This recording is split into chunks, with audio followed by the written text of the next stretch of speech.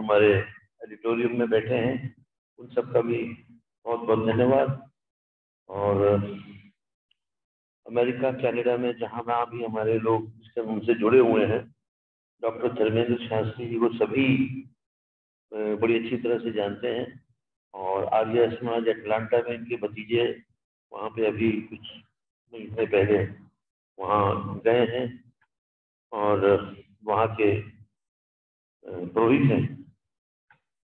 और आप दिल्ली विश्वविद्यालय में खालसा कॉलेज में हेड ऑफ द डिपार्टमेंट है संस्कृत के। तो पिछली दफा जो बात हमारी रह गई थी वो ये थी कि नमस्ते की वैदिक व्याख्या क्या है, नमस्कार क्यों नहीं और नमस्ते ही क्यों, डिफरेंट बिटवीन, ठीक है ना ये।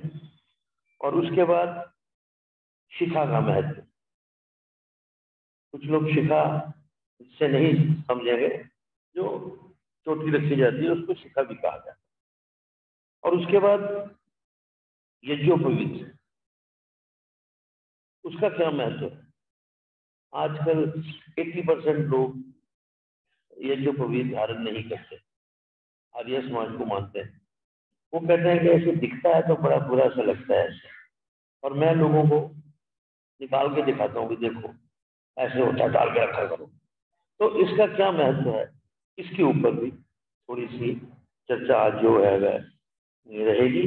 और आचार्य जी थोड़ा सा ना 6 धागे और 3 धागे, इसका बड़ा कंफ्यूजन है, उस पर भी थोड़ी सी आप प्रकाश डालिएगा तो अच्छा रहेगा। धन्यवाद।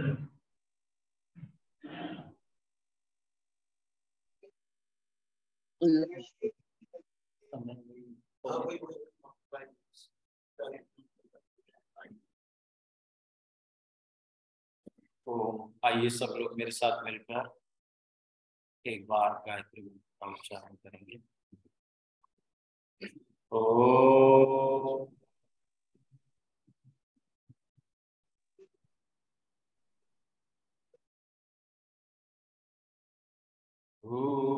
भूर्भुवः स्वः तत्सवितुर्वरेण्यं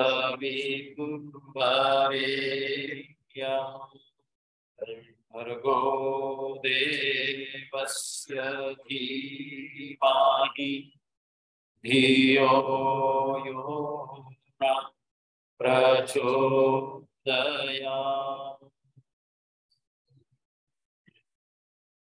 ओम शांति शांति शांति।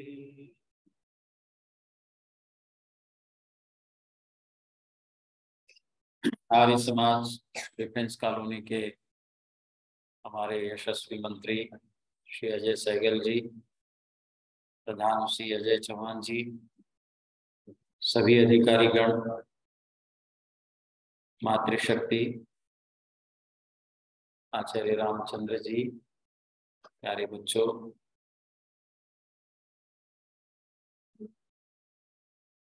हमारा बड़ा सौभाग्य है कि हम इस आर्य समाज में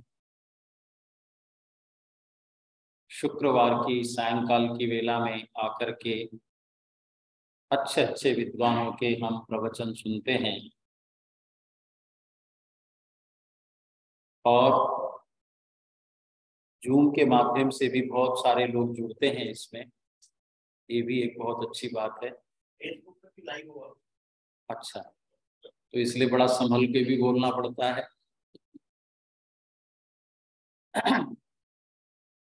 पिछली बार मैंने नमस्ते के बारे में कुछ कहा था आपको, ऐसे ही शिखा के बारे में भी बताया था। आज मैं केवल यज्ञोपवीत के बारे में थोड़ी सी चर्चा करना चाहता हूं। यज्ञोपवीत, जिसको हम जनेऊ भी कहते हैं, और 16 संस्कारों में इसका नाम उपनयन संस्कार है। गृहस्थ आश्रम ये भी संस्कार है, वानप्रस्थ ये भी संस्कार है, संन्यास ये भी संस्कार है, और अंत्येष्टि ये भी संस्कार। कई लोग अंत्येष्टि को ऐसा ही समझ लेते हैं कि बस कुछ भी करो और हो गया। अंत्येष्टि का मतलब है अंतिम जीवन का यज्ञ, तो वो भी बड़े धूमधाम से होना चाहिए।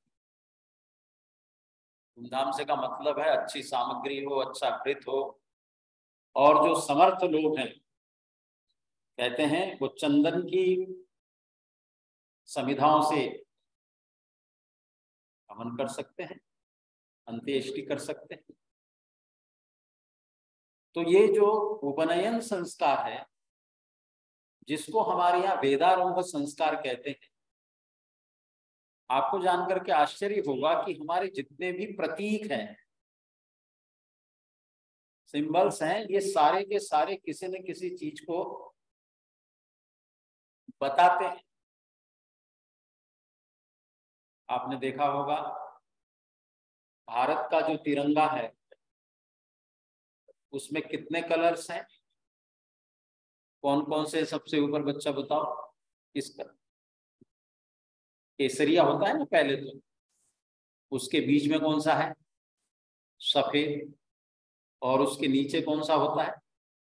हरा, हरित। तो जो सबसे ऊपर है केसरिया रंग, वो किसका? रिवोल्यूशन का प्रतीक है, वो क्रांति का प्रतीक है। और जो बीच का जो सफेद रंग है तिरंगे में, वो किसका प्रतीक है? शांति, पीस का। और जो सबसे नीचे है हरित, हरा का मतलब हरा भरा रहे देश, खूब प्रोडक्शन हो, खूब अन्न हो। आज ही शायद, आज या कल ही हमारे देश के एक बहुत बड़े कृषि वैज्ञानिक डॉक्टर स्वामीनाथन का देहांत हुआ। क्या कमाल किया उस व्यक्ति ने। 1960 में जब अकाल पड़ता था भारत में, उत्पादन होता नहीं था, खाने को लोगों को रोटी नहीं मिलती थी, गेहूं की रोटी भी नहीं मिलती थी लोगों को, शायद आप लोग ज्यादा जानते होंगे। बाहर से गेहूं आता था। तो उस व्यक्ति ने इतनी बड़ी क्रांति, रिवोल्यूशन कर दी अन्न के उत्पादन में। मेरा तो जन्म ही नहीं हुआ था तब। तो हरित का मतलब है ऐसा रिवोल्यूशन जो हरा भरा होने का प्रतीक है। तो जितने भी प्रतीक हैं वो सारे के सारे जो है कोई ना कोई गहरा अर्थ लिए हुए रहते हैं। आपके आर्य समाज में यदि कोई वीआईपी आता है, राष्ट्रपति, उपराष्ट्रपति या कोई और बड़ा व्यक्ति, प्रधानमंत्री आ जाए, तो वहां से चलेंगे यहाँ तक सारे रास्ते एकदम ब्लॉक हो, और जैसी जैसी हरी बत्ती मिलती जाएगी, ग्रीन, चलते रहो चलते रहो, बस वहीं जाके रुकोगे। तो आप देखते होंगे कि जैसे एक देश को चलाने के लिए संविधान होता है, कुछ प्रतीक होते हैं। 26 अगस्त, 15 अगस्त को, 26 जनवरी को झंडा फहराया जाता है तो कुछ नहीं, कपड़ा है, लेकिन उसको कितना हम महत्व देते हैं, कितना इंपॉर्टेंस देते हैं। जब राष्ट्रगान होता है तो एकदम अलर्ट, सावधान हो जाते हैं सब। और कुछ लोग तो ऐसे होते हैं कि कहीं भी यदि राष्ट्रगान हो रहा हो तो एकदम सीधे खड़े हो जाते हैं। मतलब राष्ट्र के लिए हम इतनी वंदना, इतना रिस्पेक्ट देते हैं, और देना भी चाहिए। वो केवल कपड़े का वंदन नहीं है, उसके पीछे जो सिंबलिक है, भावना है उसके पीछे, प्रतीकात्मक, वो ये है कि हम मातृभूमि को नमन कर रहे हैं। जिस देश में रह रहे हैं उसके प्रति हम वफादार बन करके रह रहे हैं। तो जैसे ये बाह्य प्रतीक हैं हमारे, ऐसे ही मित्रों हमारे ये भी प्रतीक हैं हमारे। और उसमें खास करके यज्ञोपवीत को बहुत महत्व दिया गया है। यज्ञोपवीत का संबंध उपनयन संस्कार इसको बोलते हैं, जिसको आप वेदारंभ संस्कार कहते हैं। अब तो घरों में पता ही नहीं चलता, लेकिन गुरुकुलों में, प्राचीन परंपरा में आज भी, जब आज तो पूर्णिमा है, तो श्रावण मास की पूर्णिमा के दिन पूरे देश में संस्कृत का दिवस मनाया जाए। आप देख रहे होंगे दूरदर्शन पे समाचार 1900 पता नहीं 65 या 64 में शुरू किए थे, और तब से संस्कृत दिवस मनाया जा रहा पूरे देश के अंदर। और आपने देखा होगा जो गुरुकुल है हमारे प्राचीन परंपरा के, वो यज्ञोपवीत बच्चों को पहनाते हैं। आर्य समाजों में भी श्रावणी के दिनों में मैंने देखा जो कथाएं चलती थी, सवेरे यज्ञ होते थे, उसमें से कहते थे कि यज्ञोपवीत पुराना निकालो अब नया डाल दो। और आपने जैसे अभी दिखाया, ऐसे ही एक बार मैं बाबूजी के साथ कहीं जा रहा था ब्रिजमोहन लाल मुंजाल जी के यहाँ, किसी संस्कार में, विवाह संस्कार वगैरह में, तो ऐसी चर्चा चली। तो उन्होंने उनका जो शुरू में जो उनकी पढ़ाई हुई वो बिल्कुल कमालिया में बता रहे थे, जहाँ योगेश जी के पिताजी भी शायद रहे हैं। तो वो ये कह रहे थे, ऐसी बैठ चल रही थी, बोले देखो तब मेरा यज्ञोपवीत संस्कार हुआ था, वो पता नहीं 10 साल के 11 साल के होंगे उस समय। बोले मेरे भाई गए थे तो मैं भी चला गया जिद करके। और आपको आश्चर्य होगा, बाबूजी कहते हैं कि तब से मेरा यज्ञोपवीत, देखो शास्त्री जी ये मैंने उतारा, मैंने कहा नमन है आप, बताओ इतनी बड़ी श्रद्धा, इतनी बड़ी। मैंने कहा जब गंदा हो जाए, बोले इसको साफ कर लेते हैं और जब टूटने लग जाए तो फिर दूसरा पहन लेता हूँ। अब आप ये देखिए जीवन में कितना बड़ा व्रत लिया, बचपन से 11 साल में यज्ञोपवीत हुआ, और जब तक दुनिया से नहीं गए तब तक वो यज्ञोपवीत उनका उपरा नहीं। ये है हमारा आर्यत्व का क्या कहते हैं पहचान। मैं आपसे निवेदन करना चाहता हूं, ये वेदारंभ संस्कार नहीं है, क्योंकि अब वेदारंभ का मतलब एक तरफ देख लो वेद का आरंभ पढ़ने पढ़ाने, लेकिन आप कहेंगे घरों में तो वेदारंभ संस्कार नहीं होता, यहाँ तो एजुकेशन मॉडर्न दी जा रही है। तो फिर आप उसको कहेंगे उपनयन संस्कार, जनेऊ जिसको कहते हैं। और आपने जो बात कही अजय जी ने कि कुछ लोग 3 धागे वाला पहनते हैं, 6 नहीं 8 वाला भी पहनते हैं, जो सनातनी होते हैं ना वो 8 वाला पहनते हैं, वो अपनी पत्नी का भी जोड़ लेते हैं उसके साथ। 6 तो है ही है, और भी कभी कुछ कुछ लोग जो है वो 8 धागे वाला भी पहन लेते हैं, मोटा यज्ञोपवीत होता है। मैं आपसे कहना चाहता हूं उपनयन का मतलब क्या है? उपनयन का मतलब होता है, शिष्य कहता है कि मुझे गुरु के पास ले जाओ। तो ये सब जगह घटता है, ऐसा नहीं केवल गुरुकुलों में घटता, लड़कों के लिए भी, लड़कियों के लिए भी, और कोई भी हो। देखिए ये एक संस्कार ऐसा है जिसको हर व्यक्ति कर सकता है, हिंदू हो, मुसलमान हो, सिख हो, ईसाई हो। इसकी वैज्ञानिकता देखो, अभी मैं बताऊंगा आपको, तो मैं पढ़ करके बड़ा आश्चर्यचकित हो गया। मैंने बहुत सारे यूट्यूब सुने, मैंने कहा भाई वहां बोलना है मुझे वैसी डेफिनेशन अभी तक नहीं मिली। आपको जान करके भी बड़ा आश्चर्य होगा।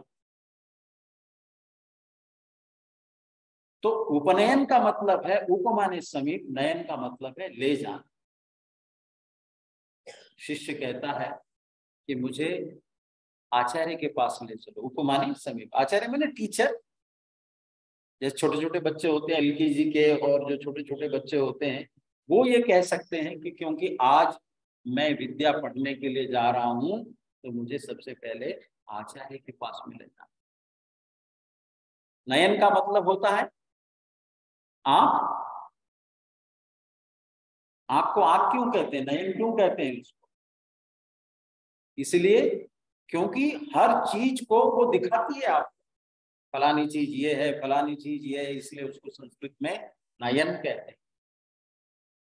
और नेत्र भी कहते हैं। और जब आंखों से दिखना कम हो जाता है तो आप क्या पहन लेते हो?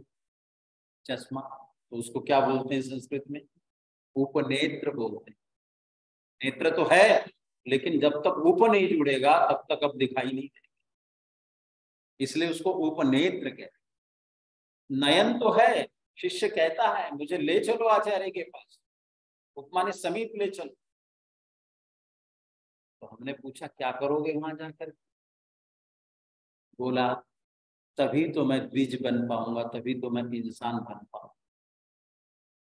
अभी तो मेरा जो जन्म हुआ मेरे माता पिता ने मुझे दिया है वो साधारण जन्म है, अभी मैं द्विज नहीं बना। द्विज शब्द का अर्थ जानते हो ना आप, क्या होता है? क्या आप कहेंगे? ब्राह्मण ना है? हाँ, द्विज, टॉइस बॉर्न, जिसका दोबारा जन्म होता है उसको विशुद्ध भाषा में द्विज कहते हैं। द्वि माने दोबारा, ज माने जन्म।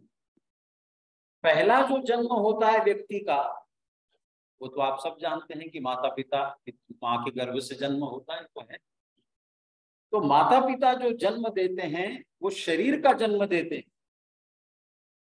लेकिन जब तक दूसरा जन्म नहीं होता माताओं बहनों भद्र पुरुषों, तब तक इंसान इंसान नहीं बनता, तब तक मानव मानव नहीं बनता है। तो दूसरा मानव बनने के लिए दूसरा जन्म भी होता है। बड़े लोग आश्चर्य करेंगे, अरे जन्म तो हो गया, फिर दोबारा कहां से जन्म करवाओगे हमारा? हमारे शास्त्रकारों की यही तो विशेषता है, खासियत यही है कि वो कहते हैं कि जब तक तुम्हारा दोबारा जन्म नहीं होगा तब तक तुम इंसान मानव नहीं बन सकते।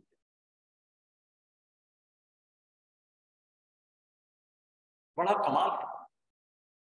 तो बच्चा पूछता है कि मेरा दोबारा जन्म कहाँ होगा, बेटा या बेटी? तो कहते हैं माता पिता कि हमने तो तुम्हें शरीर का जन्म दिया, लेकिन जब तक तुम आचार्य के कुल में जाकर के विद्याध्ययन नहीं करोगे, पढ़ोगे लिखोगे नहीं, तब तक तुम इंसान नहीं बन पाओगे। देखिए, दूसरे योनियों में और मनुष्य में यही अंतर है। मनुष्य को जो ज्ञान मिला है वो नैमित्तिक मिला है, और दूसरे पशु पक्षियों को जो ज्ञान मिला है, नॉलेज मिला, स्वाभाविक है, नेचुरल। गाय के बछड़े को, सद्यजात बछड़े को पानी में डाल दो खुद तैरेगा, और इंसान के बच्चे को डालो तो, बच्चे को छोड़ो, बड़े बूढ़े को भी जिसको तैरना नहीं आता उसको थोड़ा सा धकेल दो तो आए तौबा मचा देगा। सीखना पड़ता है। इसी तरह से शिष्य कहता है कि मैं द्विज तब तक नहीं बनूंगा जब तक मैं आचार्य की गोदी में नहीं बनूंगा। आचार्य का मतलब केवल गुरुकुल वाला आचार्य मत लगा देना, उसमें सब आप जो स्कूल कॉलेजों में पढ़ा रहे हैं उसको मॉडर्न लैंग्वेज में हम टीचर कहते हैं, हम लोग संस्कृत में उसको आचार्य कहते हैं। लेकिन आचार्य बहुत बड़ा शब्द। तो बच्चा कहता है मुझे यदि रास्ता दिखाएगा कोई दुनिया में तो मेरा गुरु, मेरा आचार्य ही दिखाएगा।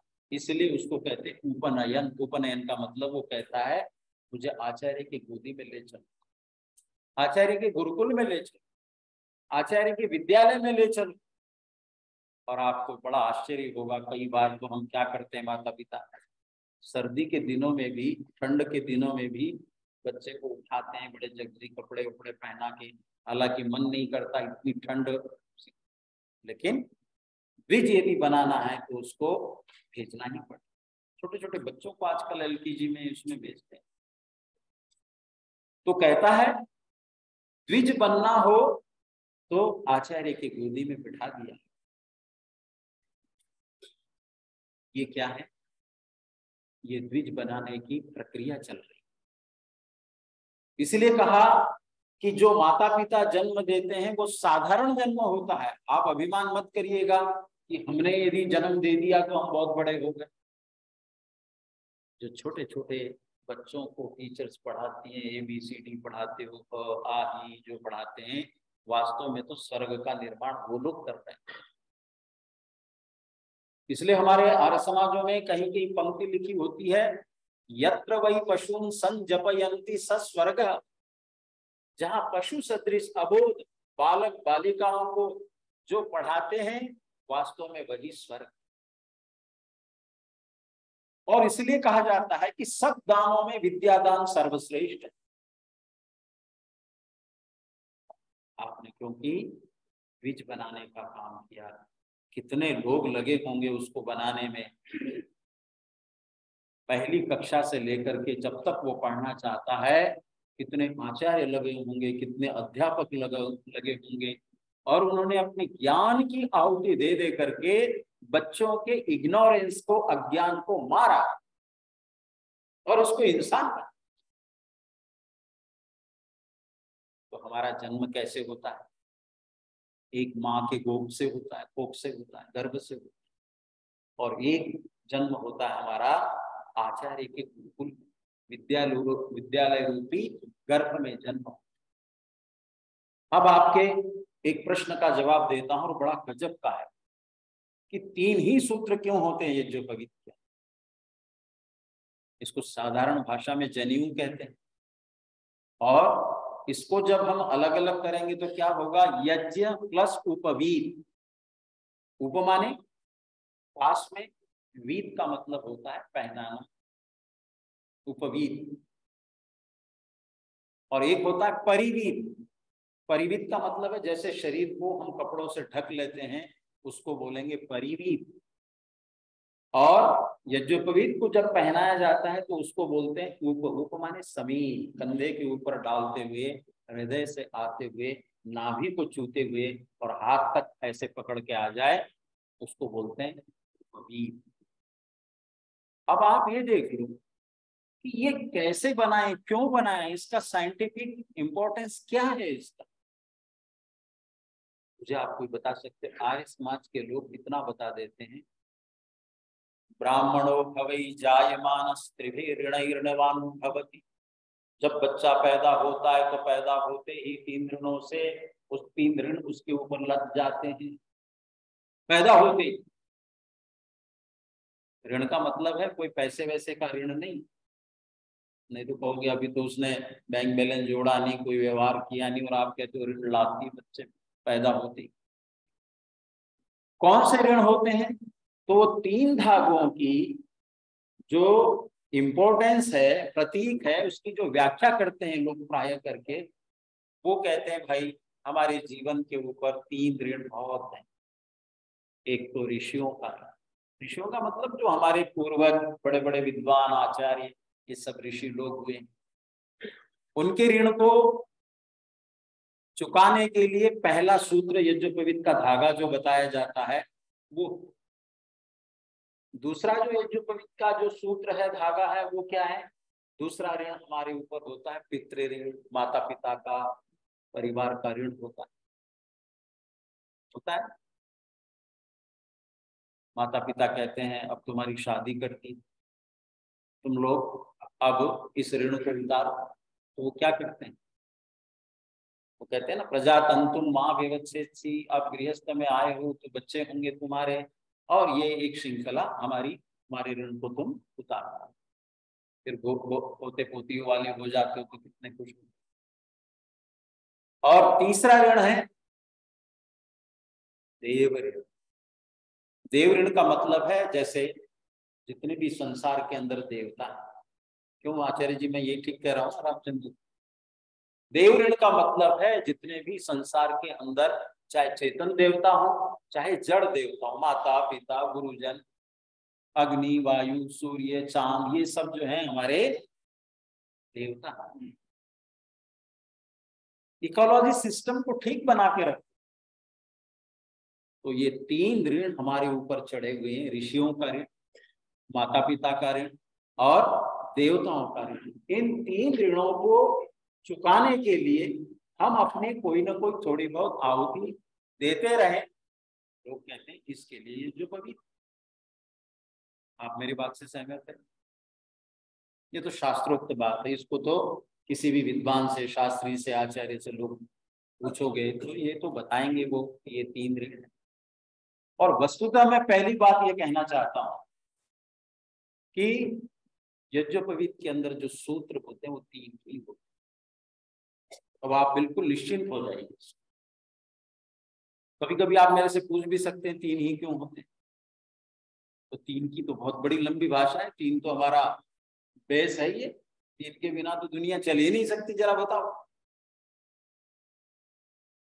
अजय जी आइए, स्वागत है। 3 के बिना तो हमारा कोई काम चल ही नहीं सकता है, क्यों जी? वेद कितने हैं? तो प्रकारांतर रचना की दृष्टि से वैसे देखा जाए तो वेद 3 ही हैं। यज्ञोपवीत के अंदर धागे कितने होते हैं? 3 ही होते हैं। परिवार में कितने लोग हैं? 3 ही हैं, माता पिता और बच्चे। और जिससे हम लोग बने हैं मैटर से, प्रकृति से, वो बोलो गुण कितने हैं? सत्व गुण, रजोगुण, तमोगुण, इलेक्ट्रॉन, न्यूट्रॉन और प्रोटॉन, जिसको आज की भाषा में कहते हैं। शांति पाठ में कितने बार बोलते हो आप शांति? 3 ही बार बोलते हैं। ओम में कितने अक्षर है बोलो? 3 ही है, अकार, उकार और मकार। रेलवे में जब यात्रा करते हो तो कितने डब्बे होते हैं उसमें? फर्स्ट क्लास बोलो, सेकंड क्लास, थर्ड क्लास, और बाकी कौन सा है? बाकी तो जनरल है, घुस जाओ जगह मिल जाए तो ठीक है, लेकिन आए तो ठीक है। क्लास में जब बच्चे पढ़ते हैं या कोई कंपटीशन होता है तो कितने प्राइज बढ़ते हैं? में फर्स्ट, सेकंड, थर्ड और फोर्थ के आगे तो कंसोलेशन कितने ही देते रहो, 10, 15, 20, 25 देते, कोई है ना। यज्ञोपवीत के अंदर धागे भी 3, यज्ञ के अर्थ कितने हैं? वो भी 3 ही है ना। देव पूजा, संगतिकरण और दान। अभी अभी बता, माता जी एकदम लंबे पर चले गई, मैं तो 3 पर अभी बता रहा हूं आपको। 3 समझ लो पहले। और यज्ञ में जो है वो क्या कहते हैं, आचमन कितने होते हैं? 3। समिधाएं कितनी डालते हो? 3 ही डालते हो। और जो समिधा सबसे बढ़िया मानी जाती है ढाक की, वो पलाश होता है ना, उसको ढाक, उसकी समिधा सबसे बड़ी होगी। और उसके पत्ते कितने होते हैं? 3 ही। वो कहते हैं ना ढाक के 3 भाग। उसके आप देख लो दुनिया में। और सबसे बड़ा जो बेस है हमारा, वैदिक संस्कृति को मानने वाले, महर्षि दयानंद को मानने वाले, आर्य समाज को मानने वाले, दुनिया में 3 ही पदार्थ एटर्नल नित्य है, बाकी सब अनित्य है। वो बोलो कितने हैं? ईश्वर, जीव और प्रकृति। 3 ही है। अजर है, अमर है, अविनाशी है, नित्य है, शाश्वत है। उनको दुनिया का कोई व्यक्ति मिटा नहीं सकता। तो इस दृष्टि से हमारे ऋषियों ने कहा यज्ञोपवीत के अंदर जो धागे होते हैं वो भी 3 ही। ठीक है। अब मैं आपको थोड़ा सा ये बताना चाहता हूँ, माताएं क्योंकि यहाँ बैठी है, ये बताइए कि ये यज्ञोपवीत के अंदर 3 धागे हैं, तो ये 3 धागे ही पहनाए जाते हैं। क्यों पहनाए जाते हैं? इसके अंदर क्या कारण है? वो 3 धागों का कारण मुझे चरक और सुश्रुत के ग्रंथों में मिलता है। पहला जो धागा है, या यज्ञोपवीत को ये मान के चलिए कि हमने, जब हमारा ये जन्म नहीं हुआ उससे पहले गर्भ अवस्था में हमने ये 3 धागे पहने हुए हैं। ये मैं आपको बड़ी इंपॉर्टेंट बात बता रहा हूं। आप कहेंगे ये कैसे? ये 3 धागे ऐसे बने हुए हैं, और सबसे पहला जो धागा है वो गर्भ अवस्था में, वो माँ के जो क्या होती नाभि, जो क्या बोलते हैं उसको, नाल क्या बोलते हैं, हाँ, तो वो नाभि के नाल से बंधी हुई होती पहला धागा वही। जब आप इसमें देखेंगे विज्ञान की दृष्टि से, वो धागा यहाँ से नाभि से मानो बच्चे की नाल उससे जुड़ा हुआ, उसको शास्त्रकार ये कहते हैं चरक और सुश्रुत, क्योंकि आयुर्वेद के बड़े से ग्रंथ हैं। 3 ही ग्रंथ हैं आयुर्वेद में। जो MBBS MD करते हैं वो तो बात अलग है, जो BA MS वगैरह करते हैं उनको ये ग्रंथ पढ़ाए जाते हैं। कौन से? चरक संहिता, सुश्रुत संहिता और भाव प्रकाश। ये 3 ग्रंथ बड़े इंपॉर्टेंट। वहां क्या लिखा है, मातुस्तु खलु रसवहायाम नाट्याम गर्भनाड़ी प्रतिबद्धा भवति। अभी चरक क्या मैं कोट कर रहा हूं आप, मातुस्तु खलु रसवहायाम नाट्याम गर्भनाड़ी प्रतिबद्धा भवति, अर्थात माता के गर्भनाड़ी के साथ, रसवहा नाड़ी उसको बोलते हैं, वो जो नाभि जिसके साथ बच्चे का नाल जुड़ा हुआ है, उस रसवहा नाड़ी के साथ बच्चे की गर्भ नाड़ी जुड़ी हुई होती है, समझ रहे हैं ना। और उसी गर्भ नाड़ी के माध्यम से वो बच्चा आहार लेता है, रस लेता है, और उससे उसकी अभिवृद्धि होती है, बढ़ता है। तेन अस्य उपस्नेहेन अभिवृद्धिर्भवति, उस माता के गर्भ नाड़ी के साथ जो बालक की गर्भ नाड़ी जुड़ी हुई है, उससे बालक का पोषण होता, बालक बालिका का, उससे रस आहार जो माँ खा रही है वो उसको मिल रहा है, जो माता सोच रही है वह वो सोच रहा, अभी उसका कोई सोचना नहीं है।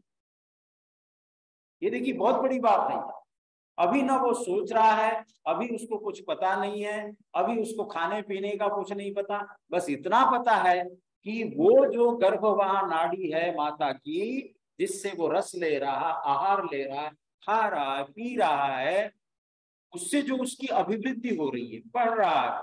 अभी कोई उसके अंग प्रत्यंग बढ़े नहीं है, लेकिन बस वो जीवित है एक तरह से समझ। ये जो पहली नाड़ी है माता और भद्रपुच्छो, वो बच्चे के जो माता की नाभि है, उस नाभि के साथ उसकी जो नाल बंधी हुई बच्चे की, उससे खाना पीना सब चल रहा है। वो तो अंतः उपवीत है, अंत माने भीतर पहनाया हुआ स्वाभाविक यज्ञोपवीत। देखिए मंत्र जो बोला जाता है उसमें क्या बोलते हो आप, बोलो मंत्र याद है किसी को? यज्ञोपवीतम परमं पवित्रम, बोलो। प्रजापतिर्यत् सहजं पुरस्तात्। यत्, यत् माने जो, संस्कृत थोड़ी बहुत जानते हो आप तो यत् माने जो, एतत् माने यह, यत् माने जो का मतलब किधर है? इशारा, इशारा उधर है जो माँ के गर्भ में सहजम, स्वाभाविक रूप से, पुरस्कार माने जन्म लेने से पहले, परमात्मा ने सहज रूप से पहनाया हुआ। देखिए क्या कमाल, यज्ञोपवीतम परमं पवित्रम प्रजापतिर्यत् सहजं पुरस्तात्। प्रजापति परमात्मा ने यत् माने जिस यज्ञोपवीत को हर व्यक्ति को सहज रूप से जन्म लेने से पहले माता के गर्भ में पहनाया हुआ है, ये अर्थ है उसका। कोई किसी से पूछे विद्वान से कि प्रजापतिर्यत् सहजं पुरस्तात् का क्या अर्थ है, जो नहीं पढ़ा होगा, जिसको ये नहीं पता होगा, वो थरका देगा, वो कहेगा कि प्रजापति ने पहना हुआ। अरे कैसे पहनाया हुआ बता, ये सूत्र हम पहन रहे हैं यहाँ यज्ञोपवीत, वहां कैसे पहनाया हुआ है? तो याद रख लीजिए, पहला जो बंधन है वो नाभि के साथ जुड़ा हुआ, जिसको रसवहा नाड़ी कहते हैं। आप देखेंगे तो नाभि के साथ ऐसा एक चप्पी की तरह से बंधी हुई ऐसी, क्या कहते हैं, रस्सी की तरह से, जैसे रस्सी को आप सूत्रों में बांधते हैं, वो नाल बंधी हुई होती है उस बच्चे की। जब जन्म होता है उसको फिर अलग किया जाता है। तो ये नाभि का बंधन है। अब मैं आपको बताऊंगा उसके साथ साथ में इस यज्ञ, एक अंतः उपवीत है और दूसरा ये यज्ञोपवीत। मैंने अंतः उपवीत का अर्थ बताया कि एक यज्ञोपवीत है जो अंतः माने माता के गर्भ में, उपवीत माने पहनाया हुआ। किसने? परमपिता परमेश्वर ने सहज रूप से पहनाया। ऐसा नहीं कि आर्य समाजियों को पहनाया है और दूसरे लोगों को नहीं पहनाया, सब लोगों को पहनाया जिसका भी जन्म हुआ है। देखिए साइंटिफिक बात कर रहे हैं ना, कोई इसका जवाब दे सकता है? कोई इसको नकार सकता है कि एजुकेट नहीं पहनना चाहिए? चाहे वो अंग्रेज हो, चाहे वो मुस्लिम हो, चाहे वो ईसाई हो। ऋषि कहां तक पहुंच गए थे, कितना बड़ा विज्ञान है यज्ञोपवीत का। कि है दुनिया के लोगों, पहला जो यज्ञोपवीत माता के गर्भ में पहना और उसके जो 3 सूत्र की रचना की, वो 3 सूत्र क्यों किए? तो पहला सूत्र नाभि के साथ जुड़ा, बता दिया मैंने आपको मोटे तरह से। नाभि के माध्यम से जो माता खाती है वो बच्चा खा रहा है, जो माता पी रही है वो पी रहा है, जो माता सोच रही है वह सोच रहा है। अभी तक केवल यही है, आगे चल के देखिए आप। दूसरा जो सूत्र है वो किसके साथ बंधा हुआ है? वो हार्ट के साथ। हार्ट माना ये हृदय। मातृजम चास्य रसवाहनी भी धमनी भी अभिरसम वाहंती। दूसरा जो अंतः उपवीत पहना है वो माता के हार्ट के साथ मानो जुड़ा हुआ है उस बच्चे। जब तक हृदय के साथ गर्भगत जो शिशु है, बच्चा है, वो उसके साथ जुड़ेगा नहीं, तब तक उसको रस लिखा है। धमनी भी, जो नस नाड़ियां हैं उसको संस्कृत में धमनी कहते हैं। वो धमनियों के माध्यम से ही रस प्यूरिफाई होकर के छन छन करके बच्चे को मिलता, इसलिए वहां कहा यज्ञोपवीतम परमम पवित्रम। पवित्रम शब्द का कोई ये कहे कि ये जो यज्ञोपवीत पहना है ये पवित्र कैसा है? अजय जी, पवित्र कैसा है? पवित्र का मतलब है शुद्ध, साफ। तो साफ तो है ही, वो कपड़ा गंदा होता है उसको हम साफ कर लेते हैं, उसको पवित्र। लेकिन यहाँ पर क्या कहा कि वो जो यज्ञोपवीत का दूसरा सूत्र है वो माता के हार्ट के साथ, गर्भ का जो शिशु है, कोई भी बालक बालिका हो, वो उसके साथ रसवाहिनी भी धमनी भी रसम परिवहंती। माता की जो रसवाहिनी नाड़ियां हैं, उन नाड़ियों के माध्यम से वो बच्चे को छना हुआ रस मिलता। ये ध्यान दीजिए आप जब रस पीते हो, कोई जूस पीते हो, मौसमी का निकालो, अनार का निकालो, इसका निकालो, छिलके साथ खा जाते हो क्या? उसमें डालते हो निकाल करके, फिर उसमें छलनी लगाते हैं, फिर उसको पीते हैं। कुछ लोग छलनी नहीं भी लगाते। लेकिन यहाँ देखिए, ये जो परमम पवित्रम कहा है, पवित्रम का मतलब है पूयते अनेन इति पवित्रम, कि माता के भोजन का जो रस है वो बच्चे को कैसे जा रहा है, उसके हार्ट के साथ उस बच्चे का हार्ट कैसे मिला हुआ है। तो कहते हैं माता इतना बढ़िया भोजन कर रही है और इस समय उस माँ के 2 हृदय बन जाते हैं। ये ध्यान रखिए। नाभि का से ऊपर चलो, दूसरा जो सूत्र अंत उपवीत पहनाया परमात्मा ने, वो माता का हार्ट है, हृदय है। और दूसरे अंत उपवीत में ही उस माँ को 2 हृदयनी कहा जाता है, मतलब 2 हृदय वाली बन जाती। इसलिए कभी कभी गर्भावस्था में जो पत्नियां होती हैं उनको कुछ कुछ खाने की इच्छा होती। अब ये तो माताएं बताएंगी क्या क्या आपको खाने की इच्छा हुई। पहले जमाने में तो मैंने देखा कि ये जो चूना होता था ना, ये कभी कभी वो चूना खा जाते, अब मिट्टी भी खाते थे। लेकिन अब तो ऐसी दवाइयां आ गई है सब करने की। लेकिन उसको क्यों? क्योंकि 2 हृदय, 2 हृदय वाली उस समय बन रही है अंत उपवीत। वो दूसरा जो सूत्र है वो उसके लिए, उसका कंपेरेटिव स्टडी करोगे तो दूसरा जो सूत्र है वो इस बात का। आप देखिए कितनी बड़ी बात है, क्या गजब है। और जो तीसरा सूत्र है वो देखिए किस चीज के लिए। 2 चीज हो गई, एक नाभि हो गया, दूसरा हृदय हो गया, और तीसरी चीज क्या है शरीर के अंदर, मैं उसको कोट करके लाया हूं, वो है, देखिए तीसरी चीज बताते हैं, पंचमे मनः प्रति बुद्धतरम भवति। जब बच्चे का 5वां महीना गर्भ में चलने लगता है तो ऋषि कहता है मनः प्रति, मन जो है थोड़ा सा जानने लगता है। अभी देखिए केवल 5वें महीने पर एकदम बात आ रही। लोग कहते हैं पहले में क्या हुआ, जीव कब आया उसके अंदर, दूसरा तीसरा चौथा महीना, यहाँ तक साइलेंट है ऋषि। ये चरक और सुश्रुत के उदाहरण। पंचमे मनः प्रति बुद्धितरम भवति, षष्ठे बुद्धि, 6ठा महीना जब गर्भावस्था में हो जाता है तो वो बुद्धि का मतलब है उसमें थोड़ी थोड़ी सोच आने लगती है। सप्तमे सर्वांग प्रत्यंग विभाग, 7वें अंग में उसके सारे अंग डेवलप होने लगते 7वें महीने। इसलिए वो क्या गोद भराई कौन से महीने में होती है? 7वें में। कौन से? अरे आचार्य जी आप तो रोज कराते हो। 8वें में। अच्छा ठीक है, तो ठीक कह रहे हो।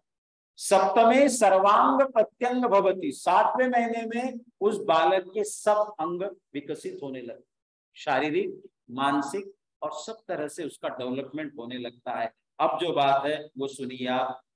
अष्टमे अस्थिरी भवती ओजः, 8वें में जो गोद भराई इसलिए होती है क्योंकि उसमें पूरी तरह से बच्चे का परिपाक होने लगता है। अब उस 8वें महीने में यदि बच्चे का माता का हृदय और बच्चे का डेवलपमेंट यदि ठीक नहीं हो रहा है, उस 8वें महीने में बच्चा मर भी सकता है।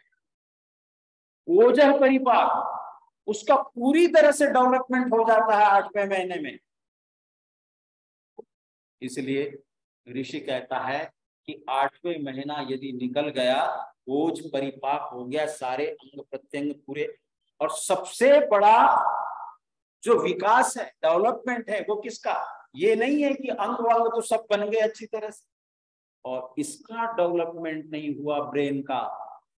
इसमें माता के हृदय से या माता के गर्भ से अच्छी तरह से ओज का परिपाक यदि नहीं होगा तो 8वें महीने में आप समझ लीजिए बच्चा गड़बड़ हो जाए, बच्चा मर भी सकता है। ये कहता है अस्थिरी भवति। तो ये जो तीसरा धागा पहनाया जाता है यज्ञोपवीत में, वो बच्चे के मस्तिष्क का डेवलपमेंट माँ के गर्भ में ही हो जाता है। अब आप याद कर लीजिए, 3 चीजें आई। अंतः उपवीत जो परमात्मा ने सहज रूप से सबको पहनाया, इसमें कोई दो राह नहीं है। माता जानती है, पिता जानते हैं, बच्चा जानता है कि माँ के गर्भनाड़ी के साथ उसकी गर्भनाड़ी बनी हुई है, माँ के हार्ट के साथ उसका सारा अंग प्रत्यंग जुड़ा हुआ है। वो 2 हृदय वाली उस समय मानी गई है। हृदय तो वैसे एक ही होता है, लेकिन क्योंकि वो बच्चा पेट के अंदर है इसलिए माँ को इतना बड़ा दर्जा दिया है कि दौर्हृदिनी का मतलब है उस समय उसके एक हृदय नहीं है, 2 हृदय बन जाते हैं। उसके माध्यम से ही वो बच्चा खा रहा, पी रहा है, जो भी कर रहा है सब। और तीसरा, जब ओज परिपाक उसका हो जाता है तब वो सोचने लगता है, समझने लगता है। तो 3 चीजें हुई इस अंतःउपवीत में जो परमात्मा ने हमको सहज रूप से पहनाई है। कौन कौन सी बोलिए? एक पहला सूत्र तो आपको गर्भनाड़ी का बताया, दूसरा सूत्र कौन सा बताया? हार्ट वाला, और तीसरा सूत्र कौन सा बताया? इस ब्रेन का, इस मस्तिष्क का। ये मैं नहीं कह रहा हूं, ये हमारे प्राचीन ग्रंथ कह रहे हैं। ए दुनिया के लोगों, ये शरीर कैसे बना, क्यों बना, किसके लिए बना? इसके अंदर जैसे परमात्मा ने इस गर्भनाड़ी के साथ ये 3 सूत्र बनाए हुए हैं, एक नाभि का, एक हार्ट का और एक मस्तिष्क का, वो जैसे सबको अनिवार्य रूप से पहनाया है, उसी की नकल जो है ये यज्ञोपवीत कर रहा है। अब इसको घटा लो थोड़ा सा समय, क्योंकि हो रहा है। अब शिष्य भी यही कहता है, छात्र भी यही कहता है अपने आचार्य से, आचार्य जी अब अंतःउपवीत तो परमात्मा ने सबको पहनाया, बता दिया मैंने आपको। अब मुझे आप यज्ञोपवीत जब तक नहीं पहनाओगे तब तक मैं इंसान नहीं कहला सकता। इसलिए अब एक एक का देख लो आप। अब आचार्य के पास में जैसे ही शिष्य गया तो आचार्य क्या कहता है, ध्यान दीजिए। आचार्य एक क्रिया करवाई जाती उपनयन संस्कार में, वेदारंभ संस्कार में। आचार्य और शिष्य आमने सामने बैठते हैं, कपड़ा उड़ाया जाता है, ऐसे कपड़ा उड़ाया जाता है और आचार्य क्या करता है, उसके सेंटर नाभि पर हाथ देता है, उसके हार्ट पर हाथ रखता आचार्य और उसके ऐसे माथे पर भी। देखिए कितना प्रतीकात्मक, देखिए आचार्य कहता है कि जैसे गर्भ नाड़ी से रस वगैरह मिल रहा था, ऐसे मैं तेरे जो नाभि का केंद्र है, भोजन इत्यादि का परिपाक अच्छी तरह से हो सके, इसका मैं ध्यान रखूंगा। दूसरा, उसके हार्ट के ऊपर जो हाथ रखा आचार्य ने, वो ये कहता है कि जैसे हार्ट के अंदर फीलिंग होती, अनुभूति अच्छी अच्छी होती है, ऐसे ही मैं तुझे ज्ञान से परिपक्व कराऊं। और तीसरा, जो उसके सिर पे हाथ रखा है, वो कहता है कि मैं तुझे भोजन के लिए ही तेरा ध्यान नहीं रखूंगा, मैं तेरे लिए रस की अनुभूति ही नहीं कराऊंगा अपने ज्ञान के माध्यम से, मैं तेरे मस्तिष्क का विकास कैसे होगा इसके लिए भी मैं हमेशा तैयार हूं।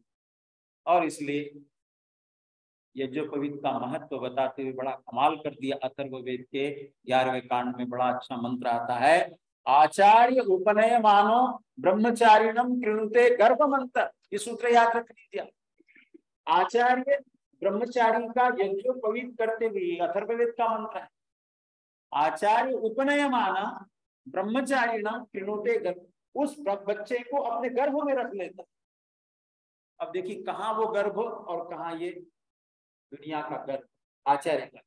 ऐसा आचार्य देखा है आपने कोई उसका गर्भ होता? ऐसा टीचर देखा है कोई पुरुष? तो यहाँ क्या कहा, आचार्य उपनयन, आचार्य ब्रह्मचारी का उपनयन संस्कार करते हुए, उसको समीप लाते हुए उस ब्रह्मचारी को क्या करता है, कृणुते गर्भ मन, तो उसको अपने गर्भ में रखता है। कितने दिनों तक रखता है? माँ तो 9 महीने 10 महीने रखती है, ये कहते हैं उसको 3 रात्रि तक अपने गर्भ में। और जब वो ज्ञानवान बन जाता है, स्कॉलर बन जाता है, तम जातम द्रष्टुम, उसको देखने के लिए दुनिया आ जाती है। जैसे आपके यहाँ एमएटी में कन्वोकेशन होता है हर साल, उस कन्वोकेशन में बड़े बड़े विद्वान आते हैं दीक्षांत भाषण देने के लिए, आप सबको इनवाइट करते हैं, बड़े बड़े आचार्यों को, बड़े बड़े क्या कहते हैं स्कॉलर्स को, और वो डिग्रियां देते हैं। तो कहते हैं, और माता पिता पेरेंट्स भी आते हैं, कहते हैं आज आपके बच्चे को हमने इंसान बना। तम जातम द्रष्टुम अभिसंयंति देवा, उस बच्चे को देखने के लिए सारी दुनिया के लोग लालायित होते हैं। बस इसको समझ लो, आचार्य उपनयमाना का मतलब है वो बच्चा तब तक विद्वान नहीं बनेगा जब तक वो आचार्य की गोदी में नहीं जाएगा, गर्भ में नहीं जाएगा। मतलब विद्यालय का जो प्रांगण है, मानो वही आचार्य का गर्भ है। उस आचार्य के गर्भ में रहता हुआ उसको 3 रात्रि तक रखने का मतलब है जब तक वह स्कॉलर नहीं बन जाता। 3 रात्रि का मतलब है ज्ञान, कर्म और फिर उपासना। मतलब जब तक वो ज्ञानवान न बन जाए, जब तक उसके अंदर कर्म करने की बढ़िया शक्ति नहीं होगी, और जब तक वो अपना लक्ष्य ध्येय जब तक प्राप्त नहीं कर लेगा, तब तक आचार्य उसको अपने गर्भ में रखता, माने विद्यालय में रखता है। अब बताओ, आप पहली कक्षा से लेकर के और जब तक ग्रेजुएट नहीं होता है तब तक आपने रखा ना उसको अपने विद्यालय रूपी गर्भ में, तभी वो क्या बन गया है, ग्रेजुएट बन गया। तो ग्रेजुएट बनने में कितना समय लगता है, और जब वो बन गया तो फिर दुनिया के लोग उसको देखने के लिए आते हैं। ये सामंजस्य है माताओं बहनों कि ये सांसारिक माता पिता का गर्भ कैसा है और आचार्य का गर्भ कैसा है। ये 3 धागे इस बात के प्रतीक हैं कि व्यक्ति का अंतःउपवीत माँ के गर्भ में, जैसे ये यज्ञोपवीत को हमेशा के लिए बांधा हुआ, सबके लिए पहनाया हुआ, यज्ञोपवीतम परमम पवित्रम प्रजापतेर्यत् सहजम पुरस्तात्। कैसा है ये? आयुष्यम, आयु को देने वाला। अब ये यज्ञोपवीत आयु को देने वाला नहीं है, वो जो अंतःउपवीत परमात्मा ने पहनाया हुआ है वो आयु को देने वाला। अरे भाई, जब तक उसका अच्छी तरह से डेवलपमेंट नहीं होगा और बच्चा ऐसा ही कहते हैं ना, ठीक ठाक पैदा ना हो तो जीवन भर आयु क्या मिलेगी। आयुष्यम अग्र्यम, अग्र्यम का मतलब है गर्भावस्था में, आयुष्यम अग्र्यम प्रतिमुंच शुद्ध। कहते हैं तुम कुछ करो न करो, इस अंतःउपवीत जो माँ ने गर्भ में पहना है उससे तो तुमको जुड़ना ही पड़ेगा। वो असल जो पहना हुआ है उसकी नकल करने के लिए ये कंधों से होता हुआ और हार्ट को छूता हुआ और नाभि को छूता हुआ। तो आचार्य कहता शिष्य से कि आपने मुझे यहाँ क्यों पहनाया? ऐसे पहनाते ना जो पवित्र को गले में डाल के कंधों के ऊपर। तो कहता देखो जो रिस्पॉन्सिबिलिटी मिली है, शिष्य भी कहता है मैं उससे पीछे नहीं हटूं। जो आप काम दोगे मैं करता रहूंगा उस काम को, अच्छा काम। और आपने जबरदस्ती नहीं पहना है ये यज्ञोपवीत। हार्ट का मतलब है गुड फीलिंग्स। मैं पूरी सोच समझ करके इसको धारण कर रहा हूं, जिम्मेवारी पूरी उठाऊंगा, कंधे के ऊपर डाल। उसको छूता हुआ हार्ट से आता, इधर से तो नहीं पहना है। कहते हैं मैं पूरे अनुभव के साथ कह रहा हूं आचार्य जी, पूरी श्रद्धा के साथ, ऐसे ही नहीं पहन लिया और फेंक दिया।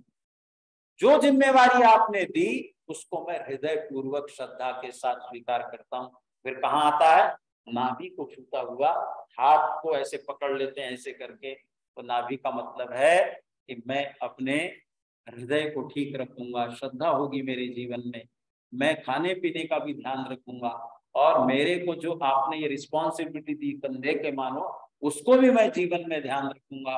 और हाथ से छूऊंगा तो मैं हाथों में कर्म करने की शक्ति भी मेरे अंदर होगी। इसलिए ऋषि ऋण, देव ऋण और पितृ ऋण उतारने के लिए तो ये जो कवि ही है, लेकिन उसका वैज्ञानिक महत्व दुनिया के लोगों को ये स्वीकार करना पड़ेगा कि हर व्यक्ति को परमात्मा ने ये जो कवि पहनाया हुआ है। उसकी व्याख्या मैंने की। नाभि के साथ जुड़ा हुआ है वो, हार्ट के साथ दूसरा सूत्र जुड़ा हुआ है, और मस्तिष्क के साथ तीसरा सूत्र जुड़ा हुआ है। परमात्मा की उस असल को नकल करने के लिए ये यज्ञोपवीत दुनिया के लोगों ने बनाया। इसका नाम उपनयन संस्कार है, वेदारंभ संस्कार है। पता नहीं आप कितना समझ पाए, मेरे दिमाग में जैसा आया मैंने आपको समझाया।